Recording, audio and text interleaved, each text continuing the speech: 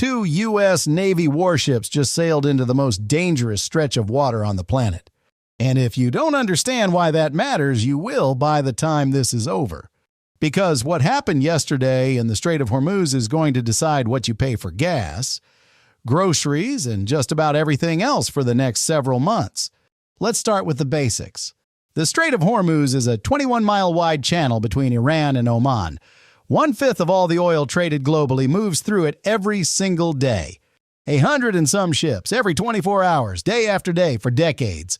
The whole global energy system depends on that flow continuing. 6 weeks ago, Iran shut it down. Not partially, not for certain countries, for everybody. Since then, oil prices are up over 30%. Brent crude, that's the number the whole world uses, as the benchmark was under $75 a barrel when this war started. Last Friday, it closed at $97. California gas crossed $5 a gallon in March. And that's not the ceiling, that's the floor, before the real damage moves through the system. So, when the U.S. Navy sends 2 destroyers into that strait, USS Frankie Peterson and USS Michael Murphy, that is not a routine patrol. That is a direct challenge to Iran's control over the world's most important energy choke point.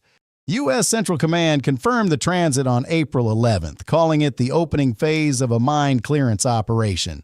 Admiral Brad Cooper stated publicly, "Today we began the process of establishing a new passage. We will share this safe pathway with the maritime industry soon."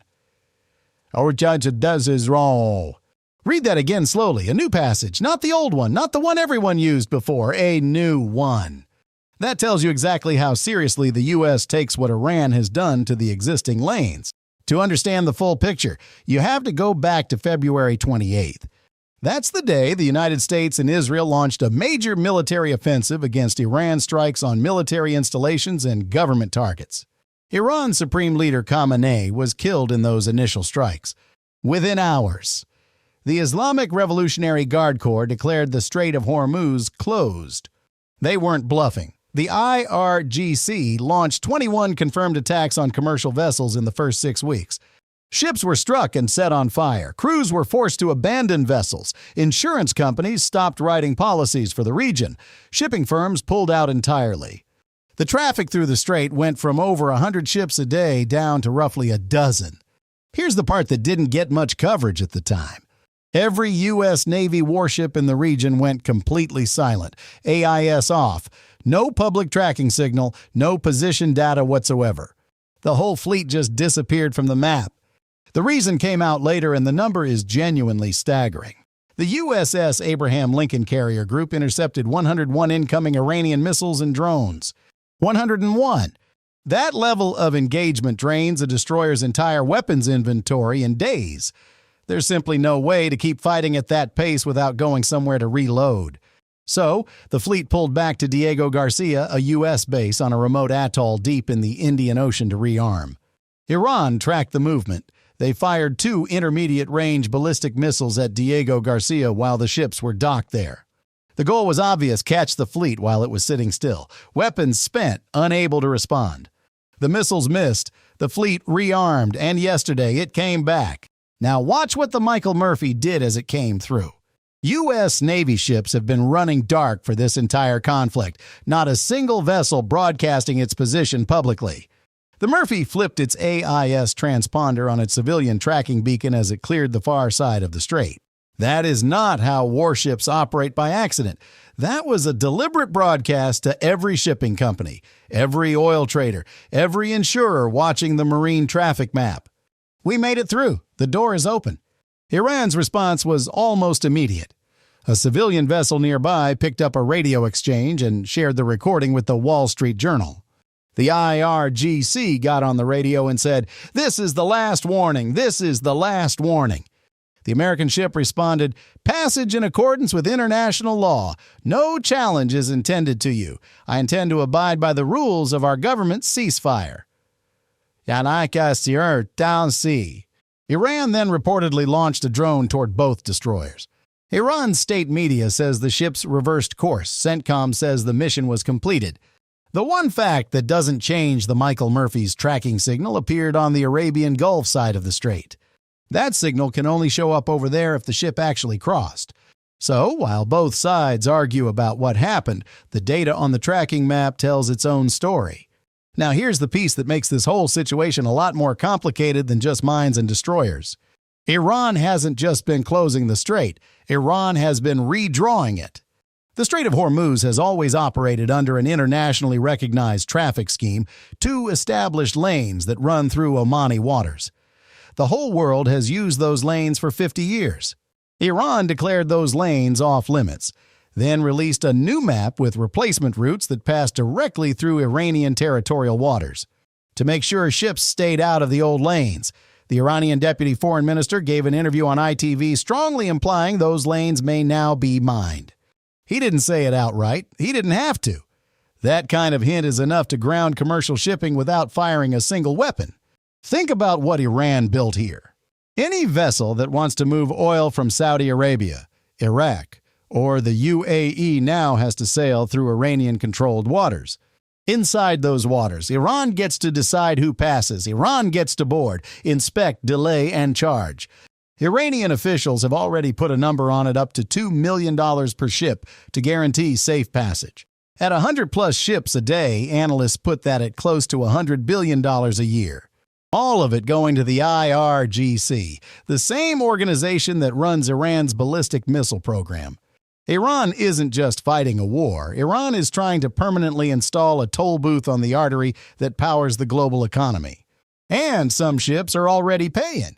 Real-time marine traffic data shows Chinese-flagged tankers actively using Iran's new route sailing along the Iranian coastline, inside Iranian territorial waters right now.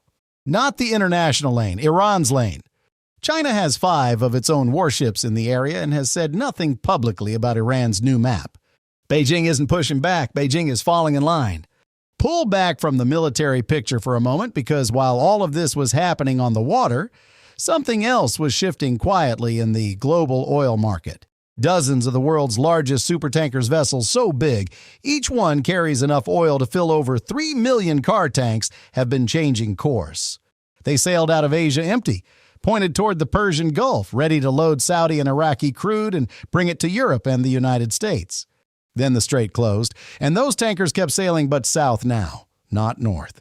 Around the Cape of Good Hope, up the coast of West Africa, northwest across the Atlantic toward American and South American ports. April 11th yesterday was the exact day those tankers should have arrived from the Persian Gulf in American and European ports. They didn't arrive. They were never loaded. That oil never left the Gulf. Trump put it plainly on Truth Social. Massive numbers of completely empty oil tankers are heading to the U.S. to load up with the best and sweetest oil anywhere in the world. For American oil producers. That's real business. But for every American consumer, there's a slow burn problem buried in that good news. Sending oil from the Texas Gulf Coast to Japan, China, or South Korea takes months longer than loading it from the Persian Gulf and sailing east. The same tankers that used to run 5-week round trips are now looking at 4 to 5 month voyages. Fewer round trips, same number of ships, less oil delivered globally per year, less supply means higher prices full stop.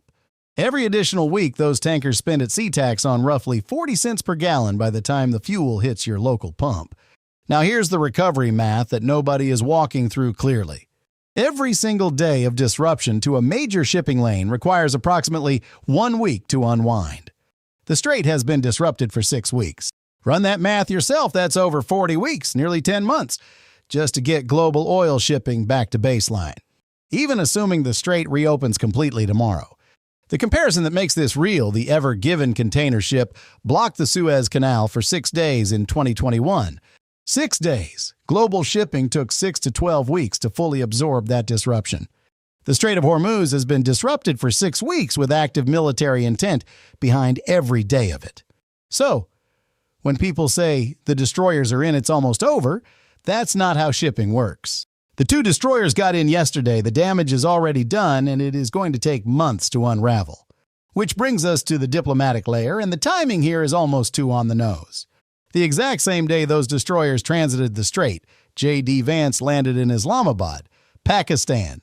The first face-to-face talks between the United States and Iran since 1979. Vance led the U.S. side, along with Steve Witkoff and Jared Kushner. Iran sent its Foreign Minister Abbas Araghchi and Parliamentary Speaker Ghalibaf. 21 hours of talks. This morning, Vance walked to a podium in front of the cameras and said, "We did not get a deal." The sticking point was the same one it's been since day one. Iran would not commit to abandoning its nuclear weapons development program.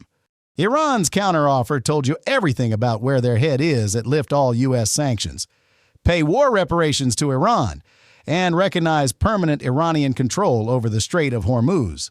Said plainly, Iran wants to get paid, and then wants to run a $100 billion toll booth on the world's oil supply indefinitely. That's the gap between the two sides right now. No deal. Destroyers in the Gulf, ceasefire fraying at the edges.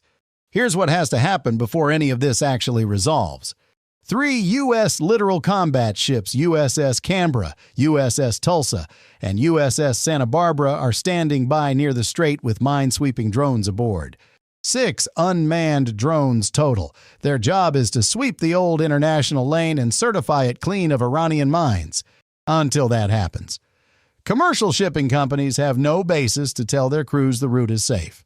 Because a U.S. destroyer going through doesn't prove anything for a tanker crew. A destroyer has missiles. A commercial tanker has 25 people and a fire hose. That's the gap that Iran built, and that's the gap the mine-sweeping drones are the only thing capable of closing. There's also something else that didn't make much news this week. Iran attacked Saudi Arabia's east-west pipeline, the overland line that carries crude oil to the Red Sea, completely bypassing Hormuz. That was Riyadh's backup plan. The route that still worked when Hormuz was closed. Iran took it out. On top of that, Iranian forces hit targets in Kuwait and the UAE while the ceasefire was officially in effect. Step back and look at the full map. Every single export route that Gulf oil producers have available, Hormuz, the Red Sea pipeline. The Gulf of Oman corridor Iran has now either closed or damaged. This is not opportunism. This is a coordinated campaign to control the entire energy output of the world's most oil-rich region. So, what do you actually watch to know if this is getting better or worse? Forget cable news, forget social media. Go to marinetraffic.com, it's free, it's live, and it shows you exactly what's happening. Watch whether the 3 U.S. mine-sweeping ships move toward the strait entrance. Watch whether supertankers redirect back toward the traditional Hormuz lane, the international route through Omani waters instead of the Iranian coastal route. When those tankers move, the crisis is easing. When they don't, it isn't no matter what anyone says at a press conference. If the tankers start moving through, prices ease over the next 6 months. If they don't hire gas at every pump, higher prices for everything that gets shipped, and a supply chain mess that will dominate headlines through the end of the year. 2 destroyers are in the Persian Gulf tonight. Diplomacy just failed after 21 hours. Iran is still calling the strait theirs. And right now. Somewhere between Asia and Africa, dozens of the world's largest ships are sailing away from the Persian Gulf, each one adding weeks to a global supply chain that was already under pressure. The military piece got its headline. The diplomatic piece got its headline. The part that hasn't gotten nearly enough attention is the slow, grinding economic damage that's already locked in, whether this ends tomorrow or 6 months from now. What happens in that strait over the next 30 days will show up at your gas station by July and at the grocery store checkout by August. Keep watching. The next move isn't at the negotiating table, it's on the water.